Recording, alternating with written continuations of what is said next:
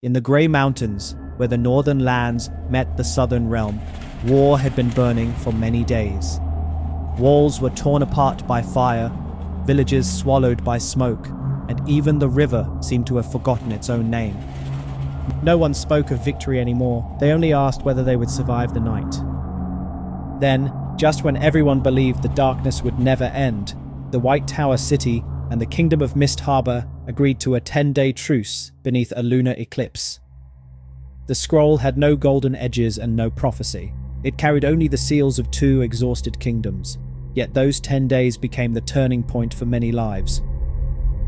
When the bells rang, the arrows stopped flying, the siege engines fell silent, and even the wind seemed afraid to move the broken banners. In the ruins, a mother stepped out of an underground shelter, carrying her child. The child looked up at the sky as if seeing clouds for the first time, finally learning they were not smoke. A bakery on the corner opened its door, and the smell of bread mixed with dust until it almost brought tears. Old people lined up for food, speaking in whispers because everyone knew how precious silence had become. At Dawnbridge, the envoy from White Tower City and the negotiator from Mist Harbor stood on the same stone for the first time. On one side of the bridge stood a burned gate.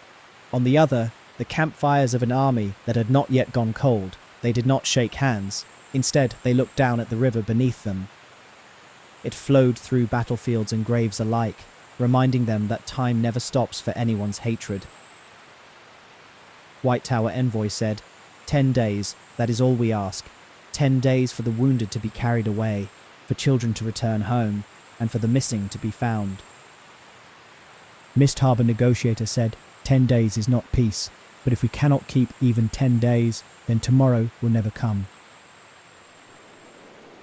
As the news spread, some people cried, some stayed silent, and some sat outside their doors staring at the unfamiliar sky.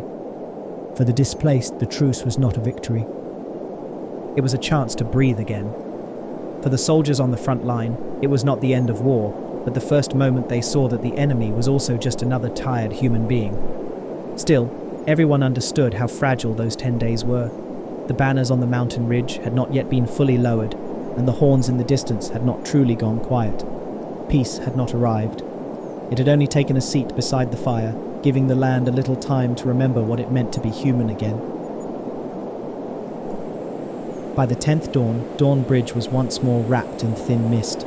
No one knew whether the truce would hold, or who would break it first.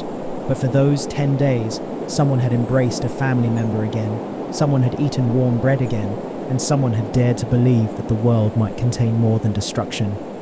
And that was enough for a legend to be born.